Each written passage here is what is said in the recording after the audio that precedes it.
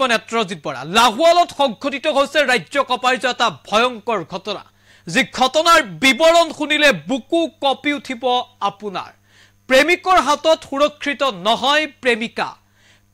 প্ৰেমিক কিমান বৰ্বৰ আৰু জঘন্য হলে এনে পাশবিক কাণ্ড কৰিব পাৰে হেও আপুনি ভাবিবলৈ বাধ্য হ'ব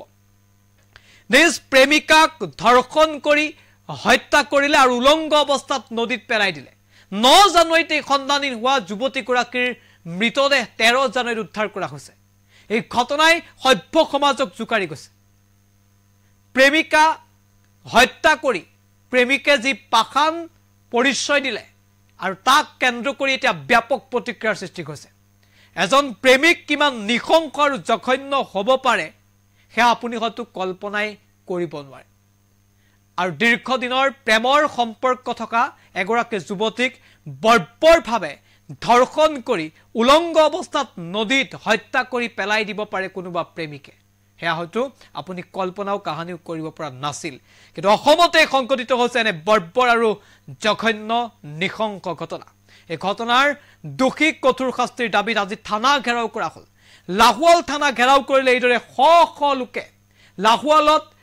অপৰাধীক ফাঁসি দিয়াৰ দাবীত ৰাইজ উদাই আহিছে প্ৰতিবাদ সাব্যস্ত কৰিছে থানা ঘেৰাও কৰিছে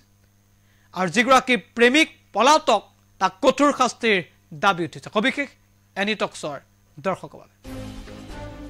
গুৰুত্বপূৰ্ণ খবৰ আমি জনাইছো এই মুহূৰ্তত লাহোৱালত জঘন্য ঘটনা অপৰাধীক ফাঁসিৰ দাবীত এবাৰ থানা ঘেৰাও কৰা হৈছে এটা বিভৎস আৰু লোমহৰ্ষক ঘটনা লাহোৱালত প্ৰেমিকাৰ সৈতে জঘন্য কাণ্ড কৰি হত্যা প্ৰেমিকৰ ঘটনাৰ পাছতে উত্তেজিত ৰাইজৰ থানা ঘেৰাও উলংগ অৱস্থাত উদ্ধাৰ কৰা হৈছে যুৱতীগৰাকীৰ মৃতদেহ উদ্ধাৰ কৰা হৈছে নদীত উপঙি থকা অৱস্থাত উদ্ধাৰ কৰা হৈছে যুৱতীগৰাকী সৰ্বশৰীৰ আঘাতৰ চিন স্পষ্ট লাহোৱালৰ টিমনাত সংঘটিত হৈছে ঘটনাটো আৰু 5 দিন ধৰি খণ্ডানীন হৈ আছিল যুৱতীগৰাকী আৰু যুৱতীগৰাকীৰ প্ৰেমিকৰ নাম আছিল বৰুণ মুৰা আৰু এই বৰুণ মুৰাক কেতিয়া ফাঁসিৰ দাবী এইদৰে ৰাইজে প্ৰতিবাদ সাব্যস্ত কৰিছে বকুল মাছগাঁও চাপৰি লাইনৰ এই ঘটনাটো সংঘটিত হৈছিল জঘন্যৰ বৰ্বৰ ঘটনা সংঘটিত হৈছিল আৰু তাৰ পাছতেই যুৱতীগৰাকীক নদীত পেলাই দিছিল নদীৰ পৰা তেওঁৰ মৃতদেহ উদ্ধাৰ কৰা হৈছে আৰু বৰুণ মুৰাক ইতিমধ্যে ফাঁসিৰ দাবী উঠিছে ৰাইজৰ ফালৰ পৰা চেঁচা নদীত পেলাই দিছিল যুৱতীগৰাকীৰ নাম আমি বা পৰিয়ালৰ নাম বা ঠিকনা আমি কোনো কাৰণতে প্ৰকাশ কৰিব নোৱাৰো কিন্তু বৰ্বৰ আৰু জঘন্য ঘটনাই সভ্য সমাজক লজ্জানত কৰিছে আৰু অপৰাধীক ফাঁসি দিয়ক এই দাবী তুলিছে ৰাইজে আৰু আমিও আশা কৰিছো কঠোৰৰ পৰা কঠোৰ শাস্তি পাব অপৰাধী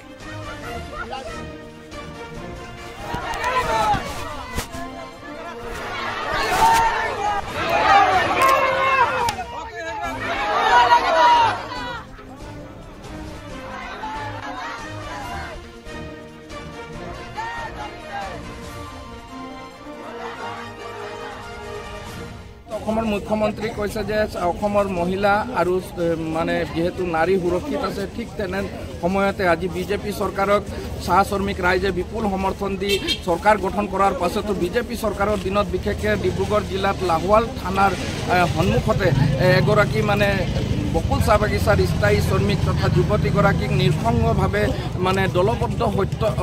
মানে ধৰ্ষণ কৰাৰ দৰে আমাৰ অনুভৱ হৈছে আৰু তাৰপিছত তাক নিৰ্সংগভাৱে হত্যা কৰি চেঁচা নৈত উটুৱাই দিয়া হৈছে গতিকে লাহোৱাল থানাৰ মানে নিলগত এই ঘটনাটো হৈছে গতিকে কেইবাদিন আগতে মানে যুৱতীগৰাকীৰ পৰিয়ালে নিৰুদ্দেশ হোৱাৰ খবৰ বা লাহোৱাল আৰক্ষীক অৱগত কৰিছিলে কিন্তু লাহোৱাল আৰক্ষী আৰু ডিব্ৰুগড় আৰক্ষীয়ে কোনো ধৰণৰ ঘটনাটোক মানে তদন্ত নকৰাৰ ক্ষেত্ৰত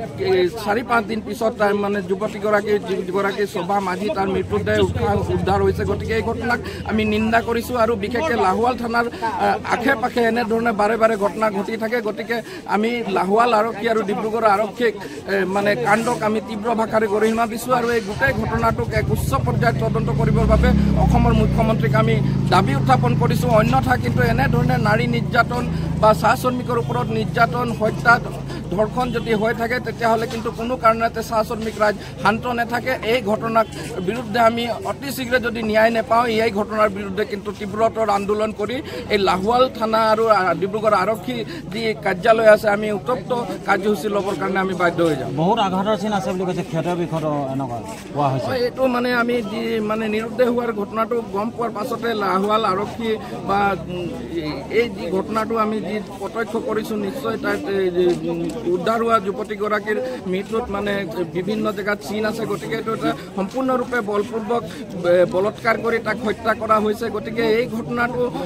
মানে আমি আগতে কৈছোঁ যে নাৰী নিৰ্যাতনৰ শেষ ঘটনা হওক, কিন্তু বাৰে বাৰে এনেধৰণৰ ঘটনা যিহেতু লাহোৱাল থানাৰ এলেকাত হৈ আছে। গতিকে আমি লাহোৱাল আৰক্ষীৰ ভূমিকাক তীব্ৰ নিন্দা কৰিছোঁ আৰু ইয়াৰ ওপৰত এটা